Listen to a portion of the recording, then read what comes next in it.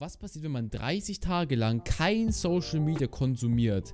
Seine Transformation. Das Video ist auf Englisch. Ich hoffe, ihr könnt alle Englisch. Bless RNG, dass ihr Englisch könnt. Aber das Video wird auf verpennt Clips online kommen. Deswegen, wenn ihr Bock habt, lasst gerne ein Like da. Okay, es geht direkt los. Holy shit. Great addiction of our modern age. It is similar to alcohol, gambling or drugs. Notifications, likes and new followers release dopamine in our brains and we get addicted to that feeling. Ja. Social media companies Deswegen frage ich immer nach Likes und Follows. are well aware of that and design their platforms to keep us on them as long as possible. When we get asked if we could live without social media, the answer almost always is, sure, I just don't want to, which is what every addict says.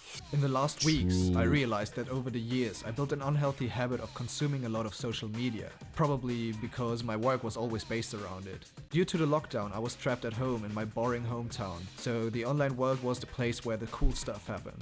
Therefore, the screen time on my phone got up to an all-time high of 4 hours. As I saw many other creators doing a social media detox and read many articles about it, I got curious. So I decided to live the next 30 days without social media and see what I can take away from this. Alright, here's the plan. 30 Tage ohne Social Media.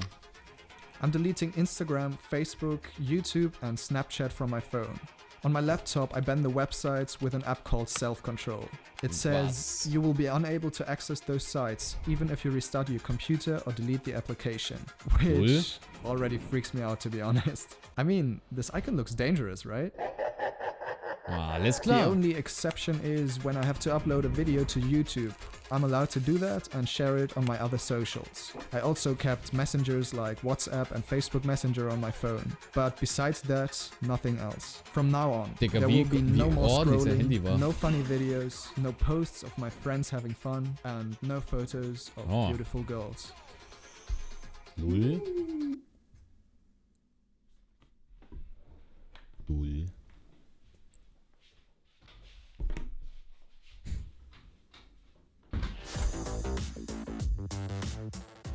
In the first week, I spent most of Ich the könnte time das safe filming, nicht. editing and replying to emails, where I already ran into my first problem. A client of mine sent me an email with a video link to a video which is similar to the one he wants, and it was a YouTube link. So I tried to open it, but I couldn't because of the program. So I came up with an idea and I downloaded it with a YouTube downloader on the internet. It's So ein smarter a little bit Move. of cheating, I guess, but I mean, I had to.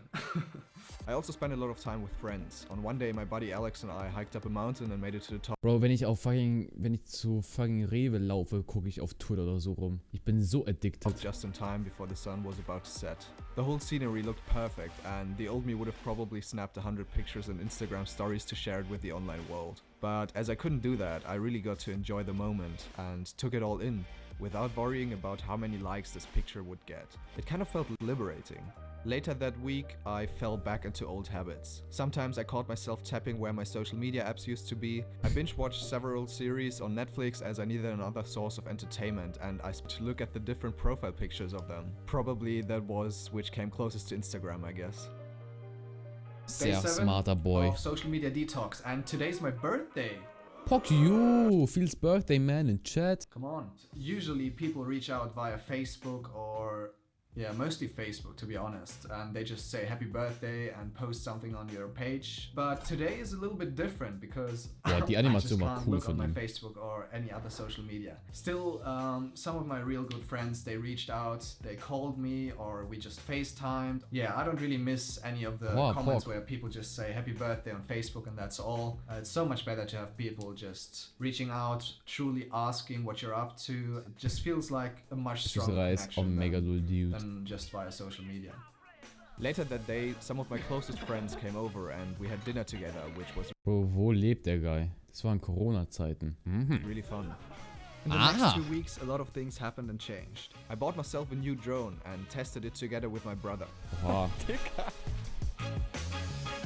die gerade Digger gesagt? Er hat Spaß gesagt, er ist Deutscher. He's one of us. As I didn't fly drones for quite some time, it was really fun to get back to it, and I decided to do a little road trip to some of the nicest places in my region to practice flying and capture some cool shots. To make use of this trip, I decided to shoot a video about why we should make more mistakes. So I drove along those winding roads while talking about the things which really mattered to me, and every now and then I stopped to fly my drone. As the day slowly Bro, ich habe gedacht, der kommt irgendwie aus so, keine Ahnung, Nordseeland oder so, oder fucking Island oder so, keine Ahnung. came to an end, I felt something that I didn't feel for a long time. I was passionate about the work I did. Throughout the whole day, Bro, seine Kamerasettings sind auch so satisfying. I barely used my phone, and I felt like I really connected with filmmaking and storytelling again. In the weeks before I quit social media, I was in a deep creative rut. I had no inspiration and no motivation to create anything. But on this day, everything turned around. I felt re-energized and active, and I was ready for a new chapter. After staying in my parents' house for 8 weeks due to coronavirus, I decided to leave my hometown and move to Munich. Oh, Pock Champ! München ist die City, Chat. Da will halt einfach jeder hin. Pock. Der ist einfach aus München. Pock, Pock, Pock.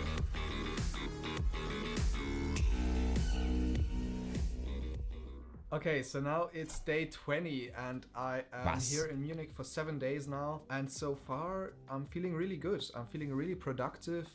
Also ich habe gedacht, der zieht nach München. This week I actually published 2 videos on YouTube instead of 1, which was my goal. Das eine hat nur 960 Views und das andere 21.000. Ja, da hat der Algorithmus ja fett reingekriegt. 2 videos on YouTube instead of 1, which was my goal. So yeah, that's really nice. I just felt like creating a lot of videos at the moment, so that's what I did. But something's also changed, because when I was at home at my parents' house, there were still people around me all the time. There was my mom, my brother, so there were always people that I could just talk to. But here, Bro, sein Englisch ist wirklich gut. Myself. There's nobody else here. And because of that, I actually had a stronger need to socialize with other people, and therefore also to go more on social media apps. So that's why I became actually a little bit active on LinkedIn. You take what you get, right? Yeah, I'm not really taking it seriously. Ich habe jetzt dann vorgestellt, dass er wirklich alles kappt, auch keine Videos dreht, und weil das ist ja irgendwie alles gehört, das ist so richtig ein Dopamin-Cut einfach, das wäre wild zu wissen. Still, I feel like there's a deep need in us to see what's happening in other people's lives. I don't know why, but yeah, I feel the need to just see what's happening with other people. In the next few days, I spent the majority of the time in front of my laptop editing videos. I was motivated, focused, Aber wo hat er so viel Content zum Editieren? and rarely distracted. I was in a creative flow and I got a lot of things done. While I enjoyed my work again and was passionate about creating videos, there was still something missing. In the evenings when I finished work, I would often just sit in my bed and I didn't really know what to do. I was exhausted and I didn't know how to fill these last hours of my day as I would normally spend them on social media. So I knew something needed to change. Bro, bestimmt sein Akku hält bestimmt dessen ab sofort.